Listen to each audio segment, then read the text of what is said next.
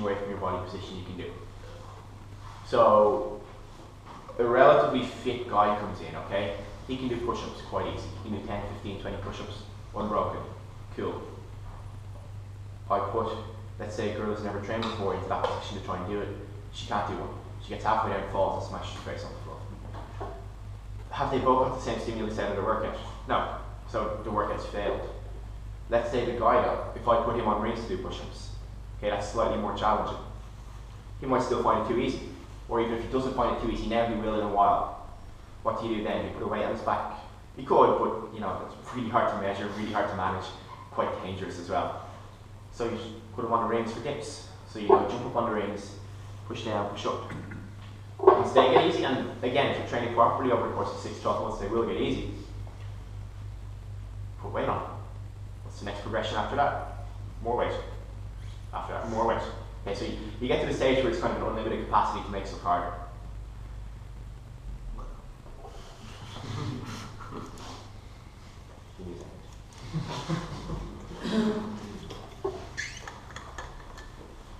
Okay. But what about the girl? What about the girl who just broke her face doing push-ups? There's a couple of options then within it, okay? A lot of you guys have seen it, and a lot of the guys have started on this as well. You can do push-ups off your knees. Cool, let's say you get 5 push-ups off your knees and you struggle. Again, not getting the same response out of both people. So instead of making them do full range push-ups, you can make them do partial range or half range, but it's really hard to measure that. So you know, like, how do I know you're going down the same distance each time? Just throw some ab mats underneath. Okay, so let's say you have 3 ab mats under your chest, and you're on your knees doing push-ups. Once you can bust out 10 to 15 there, take a mat away. When you can get 10 to 15 that way, take a mat away. Now you're doing 10 to 15 full range off your knees push-ups to the floor, and you're finding them easy. The next step, let's get to the feet. Probably still not going to be able to do a huge amount of push-ups off your feet, so repeat the process. 3 ab mats, boom, boom, boom, take one away. Boom, boom, boom, take one away, boom, boom, boom, take one away. All of a sudden you're on the floor. Okay, you're doing push-ups. Might have taken 6 months to get there, but now you're getting the same response as the guy did on day 1. Meanwhile, he's gone up to the rings and started doing weighted dips because that's just where he was at. Okay, so it's about finding the right movement for the right person, just kind of pushing it on. That's why you see a lot of people doing different movements in here, even though they're doing the same workout. Even within that then as well, if people are carrying injuries, if there's stuff going wrong, like knee issues, wrist issues, back issues, whatever, we can usually work around it and build something out on top of that. So if something comes up, please just say it. So, again, strength first being the goal. The best way to get stronger is work heavy. Work heavy consistently, but intelligently. Okay, don't just smash your head against a brick wall because that's what you think you should do. A lot of the time, you're better off stepping back to build it up. So 3 steps forward, 2 steps backwards. That's still progress. And again, like you saw it at the end of the 10-week cycle. Like most of you, just ended up substantially stronger than you were at the start. Okay, so it works, and it works really well. And yeah, I don't know, this could be a complete urban legend, and if anyone knows it is or isn't, call me up on it. But when I was over in Hungary talking to one of the coaches out there, he's a Hungarian dude who's ex-special forces and trains the Hungarian counter-terrorist forces now. But over there, they don't have a word for training. They just have practices, okay? There's no directly translatable word. It's just practices. It's skill work. It's training. It's not, sorry, exercise is the word it was. There's no such thing as exercise over there. There's only practices. Okay, so trying to purposely get better at something rather than just doing something for the sake of it. One important distinction to make now while I'm talking about it. Training is picking a goal and working towards something. Exercise is just doing something for the sake of doing it. So for most of you guys and girls, you're pretty driven, you're pretty motivated, and you know where you want to go. So by training towards that goal, you achieve it. Whereas by exercising, just doing something, not being part of a bigger structured plan, you just piss about in the wind, and in 2 years' time, you're exactly where you were at the start. And then, you know, a lot of the time, the answer to this stuff is just hit it with the volume cannon. So if something's not working, or if you're not progressing, just do more. Okay, do more intelligently. So let's say, in the context of this, you're going to be doing a lot of sets of 25 reps in here. You may or you may not get 25 reps in the first week. It doesn't matter. Every week you're trying to get closer and closer to it. And by the end of 5 or 6 weeks, you can be damn sure your numbers are going to be up here. Do you think you've got fitter and stronger? Yeah, almost certainly. And it's going to show in some of the testing we do as part of the 6-week challenge as well. The other side of things, and you'll see it a bit in the cycle, is for kind of harder to hit muscle groups or for muscle groups that you wouldn't be as good at controlling, we're going to use a lot of time under tension practice. So a lot of slow, focused, controlled movements. Think about it this way. If you were to sit there and I said, flex your lat, as in squeeze that muscle, could you do it? Could you flex your quad? Could you squeeze your bum? Could you flex your hamstring? Could you activate your traps without trying to do it, like without having to move? The whole purpose of just slower movements is to force those muscles to start working by putting them under constant tension. Okay, we're using slight modifications and variations to let you feel out those ranges and get used to using them. So that's why they're going to be there. One of the big questions that always comes up is, when should I change my training program, or how much is too much, or how do I know when enough is enough? The answer is, there's no real answer. It depends on the nature of the training, on who the person is and what the recovery is like. It depends on a million and one things, but as a general principle, every 4 to 10 weeks you need to be changing something up. Okay, so that could be movements, that could be sets and reps, that could be the weight you're using, it could be the recovery periods you're taking, but eventually you'll need to change something. If you change too frequently, you won't progress because you're not really overcoming. Danny, would you want to pull in that door there? This is actually getting a bit nippy. If you're constantly changing and dicking about, you're not training anymore. So if you're not training, you're not going to overcome and you're not going to progress. Whereas if you're giving it too long, you're just going to get all your gains and become stagnant and waste your time. So too much is bad and too little is bad.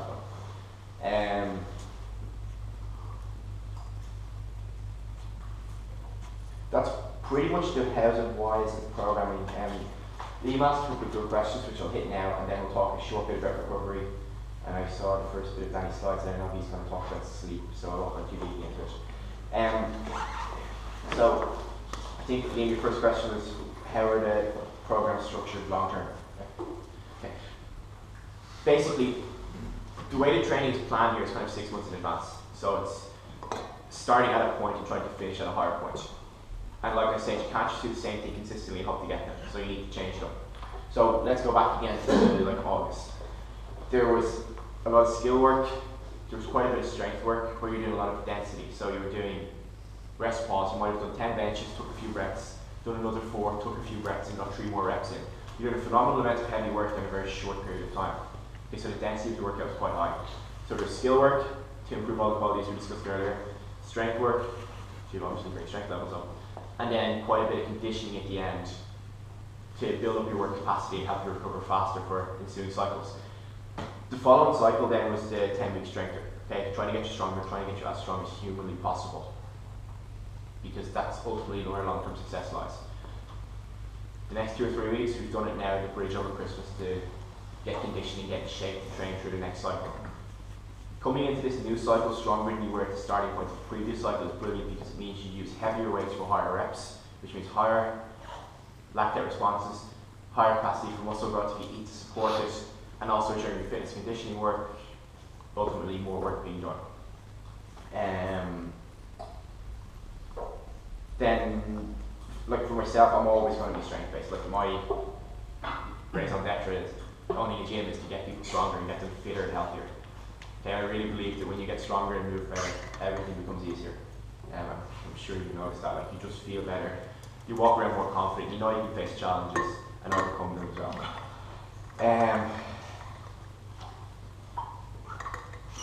Just again, that's a random tangent. Who knows our bodybuilder strength? We kind of mentioned it earlier. Supersets, is it? Supersets and lots of really, really, really high reps all the time. So like a traditional bodybuilding workout like might be 4 sets of 8 to 12, or lots of slow stuff all the time for 12 months a year. Okay, traditional bodybuilding. How do most girls try to tone? Okay. By doing high reps. Can you pop that? Or did you take it? No, Laura, that's not going to work yet. Or maybe you will. Okay, anywho. Like, I don't know, like, most of the girls I know will do high rep stuff. They'll do like sets of 10, 15, 20 reps to feel the burn, to tone their muscles, which is exactly what bodybuilders do to get bigger. Okay? So they're afraid to strength train because it'll make them bigger, yet the thing they do is the thing that people actually do to get bigger. It just doesn't make sense. That's, again, a random aside. You're not going to get bigger lifting weights as a girl because you just do not have the physical characteristics for it. Okay? You need a truck ton of testosterone. Most girls have over 10 times less than that, guys. Okay? How many guys do you know that spend their entire life trying to get big, strong, and jacked, and they struggle? Okay? It's not like you're going to pick up a couple of weights, do a couple of curls, and then explode. If it was that easy, everyone would walk around 4% shred. And then, like, again, this is my last little bit on training, but for me, I have no idea where I'm going to go. Like, for the next few weeks, I'm going to be doing something very similar to you guys. I'm going to try and get in shape, drop some body fat after Christmas, bring my work capacity up, and then for the next kind of 4 to 6 months, my entire focus is going to be getting as strong as humanly possible. Within that, I'll be focusing again on different things. I'll spend 16 weeks focusing on my deadlift, waving the loads up and down, and then I'll spend 3 or 4 weeks just hammering my squat out again before tapering back into something else. So even within my own training, it's very similar to what you guys do. It's constantly in, it's constantly out. It's never just spending 4 hours in the gym beasting yourself. Okay, it's about moving forwards. Any questions so far? In the next cycle, I know it's A, B, C, whatever. Yeah. But is there any conditioning going to be coming at the end? Well, like, that is going to be like heavily. No, like it'll be say 25 foot. Like, Yeah, I it's not going to be 4 time or it's not. or racing, because you'll be busted. Like the first 2 blocks is tough. I know. Then, so it's a good question though, because it's different type of training. It is different. Yeah, like because you'd be going full at it. You're going full at it for 50 minutes. Yeah, but I know. But if you can't do it, like if you can't do it in the C1, C2, you just fail. Yeah, that's it. Yeah, you can just move on to the next exercise. But if you're doing it for time, you have to keep going. Yeah. So like, let's say in the C1 and C2, let's say it's push-ups and dumbbell rows. If you can't do 25 push-ups, that's fine.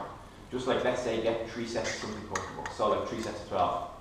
The next week you'll try for 3 sets of 14, or maybe a set of 17 instead of 15 instead of 12. So constantly just trying to add a few more reps each session. It's a recovery question. It's probably just me, but whenever I've taken a few weeks off, like RevFit, or even when we take big gaps between conditioning, and then like over Christmas I was gone for 3 weeks, and then my first workout was Monday with all that huge conditioning, and now I have the flu.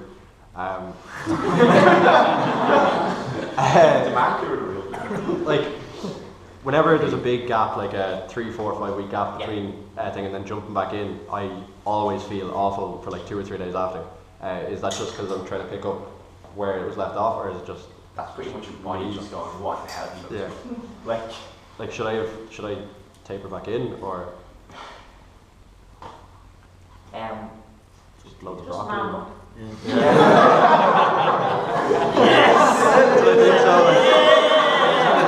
Get it!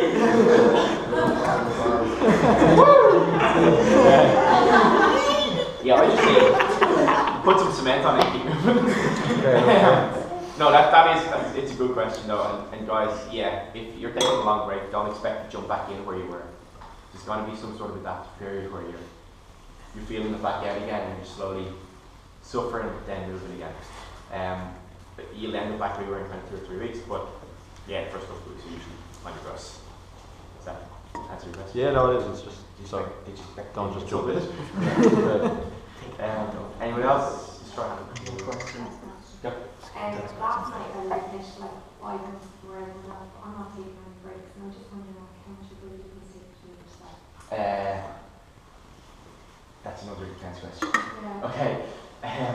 In general, when we're doing this one, your rates are quite low at the moment because you're completely taking them in. So let's say when you're working at kind of hard level and you're working heavy on this, we're going to be taking about 45 seconds between A1 and A2, and then taking kind of 60 to 90 seconds before starting back again. And that'll be the same on A1, A2, and B1, B2. On C1, 2, and 3, what we're going to do is just do it, break. Do it, break. 3 times. Okay. So it's not true conditioning in the sense that you're trying to race through it, but it's still going to be quite fatiguing and cardiovascularly demanding. Does that answer it? Yeah. Cool. Yeah. Anyone else? Okay, cool. Let's talk about recovery then. Like I said, you're in here for 2% of the week. This isn't where you get fitter, bigger, stronger, or where you like change your body. That changes outside of the gym. Okay, that's where recovery comes into play. So there's three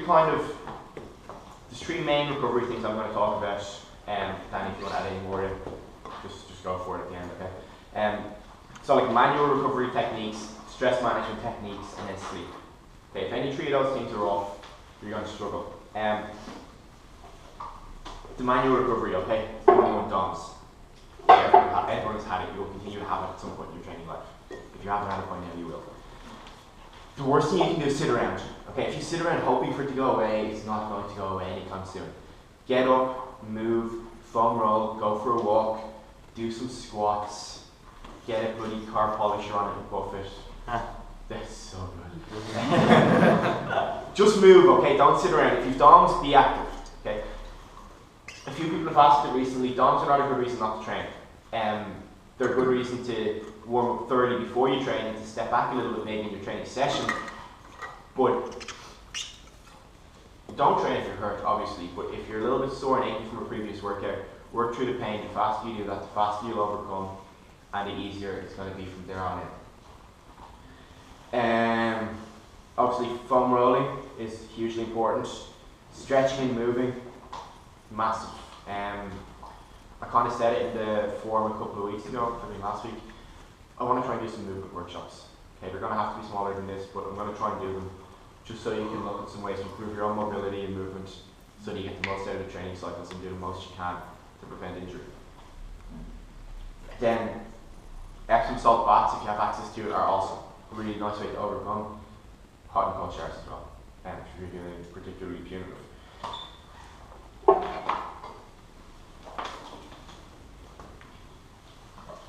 One more thing on DOMS just before I forget about it is, if you've had a bad night's sleep the night after a training session and if you haven't eaten sufficiently around it, you're going to be eating sore the next day. If you want to try this out for yourself, don't take a protein shake after a workout. Don't eat for 12 hours after training. Okay? I guarantee you wake up significantly more fatigued and significantly sore. If you're not putting back the right stuff to recover with, your body's not going to recover properly. If you're not asleep for long enough to allow it to rebuild, it's not going to happen. So food and sleep are crucially important there. The sleep side of things is so easy. Okay, your parents were right. Sleep for at least 8 hours a night. Okay, try and sleep when it's dark. Try and be up when it's a night. Try and be right. Thanks. Try. I'm gonna have like any emergency signal of some sort. Yeah, when it's bright, try and be awake. When it's dark, try and be asleep. Okay, it's how we've lived for millions of years. It's not going to change anytime soon. The problem though now is, you know, we have electricity, we have mobile phones run constantly, we have internet in our bedrooms, we sit in bed with laptops. All that does is stress your body out. Okay, as you get fatigued, what should be happening is that melatonin starts to be produced. Okay? So when it's bright out, melatonin production is going to be inhibited, or when your body senses light, it should be, so you don't fall asleep, you don't feel drowsy. When it gets dark, you start to drift off and you start to be sleepy. If you went and lived in a forest for a week, you'd very quickly adapt to daytime nighttime rhythms. But when you start throwing like bright lights in front of you, like with a computer screen every day, that fucks with your brain, okay? If sunlight can inhibit the production of melatonin, so can artificial light, even from lights like this. So try, insofar as possible, for the hour or two before bed, eliminate all artificial light sources except for a lamp, maybe. Try to avoid anything too visually stimulating, like action movies or the internet. Or porn, okay? You knew where this was going. Broadly speaking, we sleep in cycles. We sleep an hour down, 2 hours deep sleep, an hour up, and then repeat the process. That deep sleep is what's important, okay? If you wake up in the middle of a deep sleep cycle, you will wake up feeling like shit. I'm sure you've all had days where you've snapped awake 5-6 hours into your sleep and just felt like you've had a hangover. Yeah? Okay. So, sleeping 8 hours is very important, and it's probably the number one thing you can do right now to improve your quality of life. really, like, I mean, between 10 and 12, nothing happens. If you miss a show, your life doesn't end. What did you talk about on Facebook 2 days ago to people at 10 o'clock at night? Nothing relevant. Okay? You're just wasting time and delaying your time going to bed. Go to bed earlier, get up earlier, feel better, lose fat faster, get stronger faster. Simple. Then magnesium, if you're struggling to sleep, or if you're not getting good quality sleep, one of the best things in the world ever is like a magnesium supplement, about 300 milligrams before bed, and it will just knock you out. Except for the dreams. Dreams are the best part. If you want to measure how deep you're sleeping, do dreams vividly. Magnesium will just put you into like the deepest, darkest coma ever, and you'll dream of like unicorns riding golden rainbows. It's weird shit, but it's great.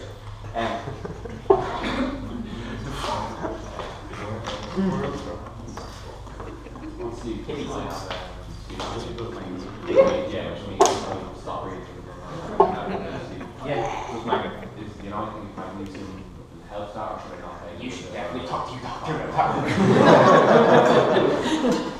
I would expect that your body's ability to survive is going to be low for most of these. James, Yep. just with sleep, is it as regards training, is it kind of better to train later than if you're to sleep, or does it matter for recovery, or even like naps? Any place? Ideal time to train seems to be between 12 and 2-ish. Like lunchtime? Lunchtime, yeah, but we live in a society that doesn't allow that. Training first thing in the morning, which you're not sacrificing sleep quality around. Chances are, if you have to get up an hour earlier to train, you can probably go to bed an hour earlier as well to that point. You don't want to be training for like past 9 or 10, you know, you just end up wide awake then. So, sort of like early morning or late evening is fine. It depends on the person as well. Like, for the guys that have trained here regularly morning and evening, you've probably noticed your evening sessions are a tiny bit easier, or you're a little bit stronger. Probably because you're just a bit more awake at that stage. The final one then is stress. Okay? Everything is a stressor. Okay? Like literally everything in your life is a stress to your body. Now whether it's distress or bad stress, or eustress or good stress, it depends. But everything you do to your body is a stressor. So you need to figure out, is that damaging you? Is that affecting fat loss and motivation? This all came out of a dude playing with rats. So, yeah, funnily enough, I can definitely get his name wrong, but Hans Seeley, do you know the pronunciation?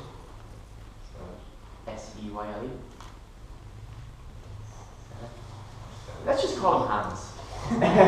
So, they were looking for ways to look at new hormones, and he was injecting the rats with these various hormones. But he was really, really, really incompetent. Okay, he was really bad at handling the rats, so he'd end up taking it out, dropping it, and chasing it around. Okay, so he's got this like slapstick comedy sketch of him chasing rats around the laboratory. So he tested the rats, and he found that, you know, the ones he injected had these ovarian cysts or whatever the hell they were looking for, and they were elevated estrogen levels, who gives a shit. But he found that they all had ulcers. And he was like, sweet, this works. So, with good science, he tested the control subjects as well, and the control subjects also had ulcers. Fuck, what the hell just happened? Okay?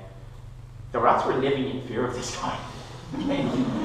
They saw this evil demon coming in, much like you probably see me, chasing them around, making them sweat, making them fatigued, and trying to kill them.